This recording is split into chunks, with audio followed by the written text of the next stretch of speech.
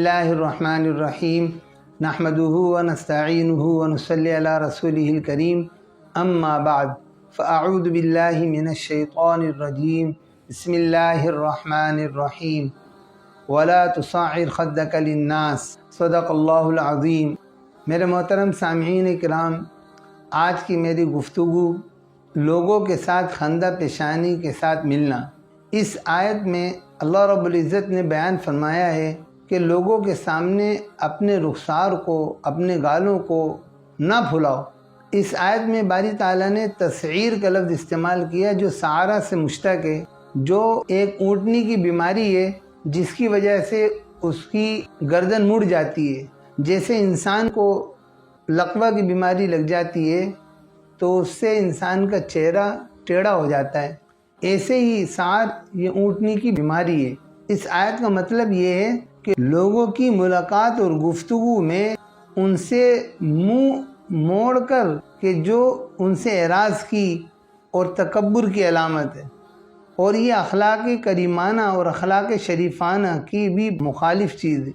मेरे मोहतरम दोस्तों, आज हमारे माशरे में चाहे दीनदार हो चाहे बेदीन हो, लोगों से मुलाकात करते वक्त उनके चेहरे इतने माऊफ होते हैं, इतने बंद होते हैं कि उनके चेहरे पर हंसी तो क्या मुस्कुराहट भी नहीं आती। और ये हमारा माशरे का एक बहुत बड़ा अलमिया है। हुजूर पाक अलैहिस्सलातु वस्सलाम हमारे नबी हैं। आप अलैहिस्सलातु वस्सलाम को अल्लाह रब्बुल इज़्ज़त ने इरशाद फरमाया, व इन्नका लअला खुलुक़िन अज़ीम, हमने आपको बुलंद अखलाक अता किए। हज़रत हुसैन रज़ी अल्लाह ताला अन्हु ने अपने वालिद अली रज़ी अल्लाह ताला अन्हु से सवाल किया कि ए अब्बा जान, हमें ये बताइए कि रसूल पाक अलैहिस्सलातु वस्सलाम का अपने दोस्तों के साथ, अपने हमनशीनों के साथ क्या तर्ज़ अमल था। आप जिन लोगों के साथ बैठते थे, आप उनके साथ क्या तर्ज़ अमल इख्तियार किया करते थे।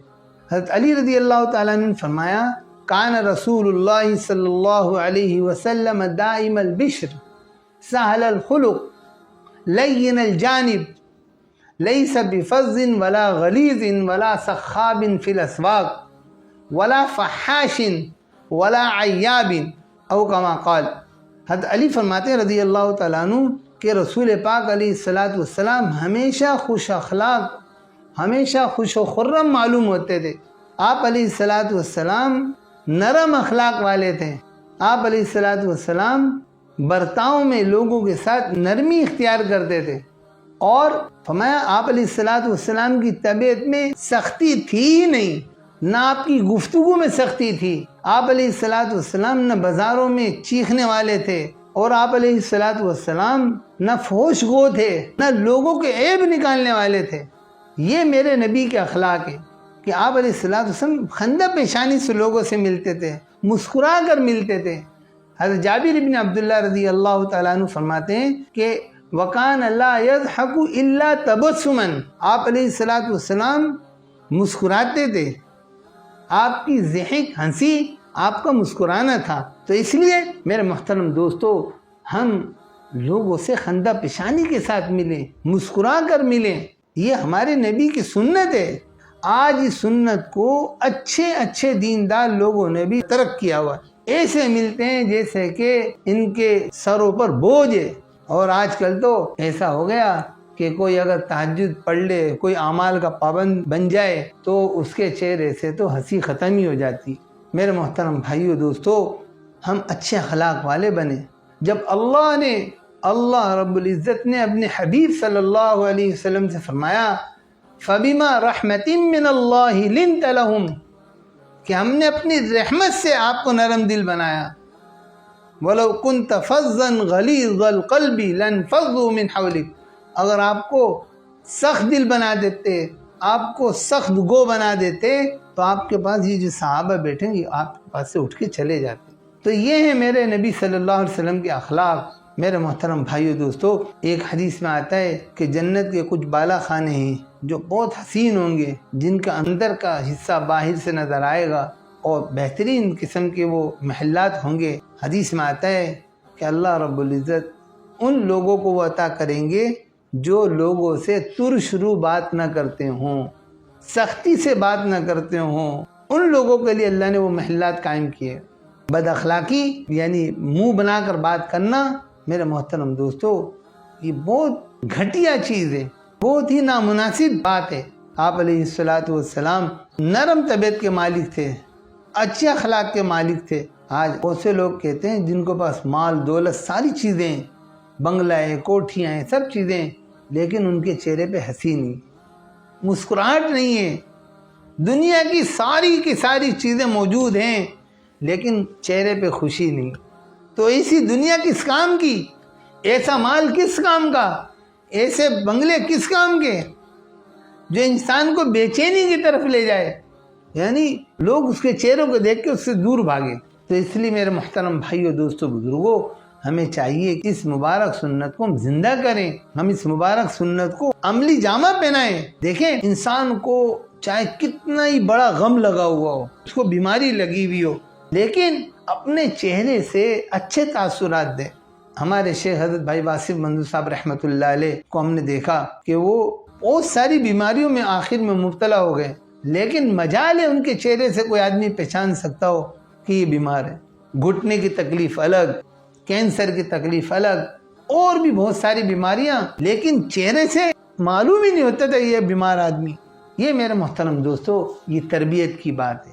جن لوگوں کے ساتھ ہم رہیں گے ان لوگوں کی اللہ پاک ہمارے اندر صفات پیدا کریں گے۔ اگر ہم بد اخلاق لوگوں کے ساتھ رہیں گے، ہم منہ ترشے لوگوں کے ساتھ رہیں گے، تو پھر ہماری بھی وہ عادت بنتی چلی جائے گی، ہم بھی ساری چیزوں کے ہوتے ہوئے ہم بھی منہ بنا کر بیٹھے رہیں گے۔ مسلمان کی خوشی میں خوش رہنا یہ سب سے بڑی سنت ہے۔ کسی مسلمان کو خوش کرنا، کسی مسلمان کی خوشی میں شامل ہونا، اس سے مسلمان خوش ہوتا ہے۔ اس سے جب مسلمان خوش ہوگا اللہ خوش ہو جائیں گے، اللہ خوش ہو جائیں گے تو اللہ اس کی دنیا بھی بنائیں گے، آخرت بھی بنائیں گے۔ کوئی آدمی کسی کو مسلمان کو تکلیف پہنچاتا ہے ہاتھ کے ذریعے سے، منہ کے ذریعے سے، اپنے پاؤں کے ذریعے سے، زبان کے ذریعے سے، حتیٰ کہ چہرے کے تاثر سے بھی تکلیف پہنچاتا ہے۔ چہرے کا تاثر ایسا دیتا ہے کہ جس سے لوگ دور بھاگتے ہیں۔ مثال کے طور پر گھر میں شادی کا موقع ہے، 4 بھائی ہیں، ایک بھائی کی بیٹی یا بیٹے کی شادی ہے۔ اب گھر میں سارے بھائی خوش ہیں، ساری بہنیں خوش ہیں، ماں باپ بھی خوش ہیں اور رشتہ دار بھی خوش ہیں۔ ایک بھائی نے اپنا منہ بنایا ہوا ہے۔ اب اس سے جب بات کی جائے، بھائی آپ نے اپنا منہ کیوں بنا، آپ خوش نہیں ہیں؟ وہ کہتا ہے کہ میں خوش ہوں، میں خوش ہوں، لیکن منہ بنا کے بیٹھا ہوا ہے۔ تو اس سے کہا جائے بھائی منہ کیوں بنایا ہے؟ جب خوش ہو تو منہ سے بھی اظہار کرو کہ میں بھی خوش ہوں۔ تو اس کو کہتے ہیں چہرے کی خوشی، اپنے چہرے سے بھی کسی کو تکلیف نہ دے۔ تو اس لیے میرے محترم دوستو، اس آیت میں اللہ تعالیٰ نے ہمیں متوجہ کیا ہے کہ لا تصعر خدک للناس، اپنے گالوں کو، اپنے رخسار کو یہ پھلا کے نہ بیٹھے رہو لوگوں کے سامنے، لوگوں کو قریب کرو، دین کے قریب ہو جائیں گے، اللہ کے قریب ہو جائیں گے۔ اگر اب چہرے کے تاثر ہی ہم غلط دیں گے تو لوگ ہم سے دور ہو جائیں گے۔ جب دور ہو جائیں گے تو پھر یہ دوری اتنی دوری بن جائے گی کہ دین سے بھی لوگ دور ہو جائیں گے۔ تو اس لیے اللہ پاک سے دعا ہے کہ اللہ ہم سب کو خوش اخلاقی اور خندہ پیشانی کے ساتھ ہمیں معاشرے میں رہنے کی توفیق عطا فرمائے۔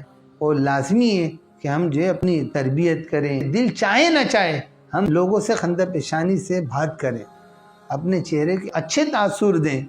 اس سے انشاءاللہ جو ہم دین کا کام کرنا چاہتے ہیں، اللہ کے احکامات کو لوگوں تک پہنچانا چاہتے ہیں، وہ لوگ ہمارے قریب آ کے سنیں گے۔ اگر چہرے کا تاثر ہی صحیح نہیں ہوگا تو لوگ کبھی بھی قریب نہیں آ سکتے، لوگ ہماری بات نہیں سنتے۔ میرے محترم دوستو، یہ خندہ پیشانی اس لیے نہیں ہے کہ ہم منہ سے تو ہم خندہ پیشانی سے ملیں اور اندر ہمارے دل میں منافقت ہو، دل بھی صاف ہو۔ جیسا ہمارا چہرہ صاف ہو، لوگوں سے خندہ پیشانی سے ملنے میں ہمارا دل بھی صاف ہو، اس میں بھی کوئی منافقت نہ ہو، کوئی خرابی نہ ہو، غلط تاثر نہ ہو، تب وہ انسان ہمارے قریب آئے گا، ہماری بات سنے گا اور دین کے قریب آئے گا، اللہ کے قریب آئے گا، ورنہ نہیں آ سکتا۔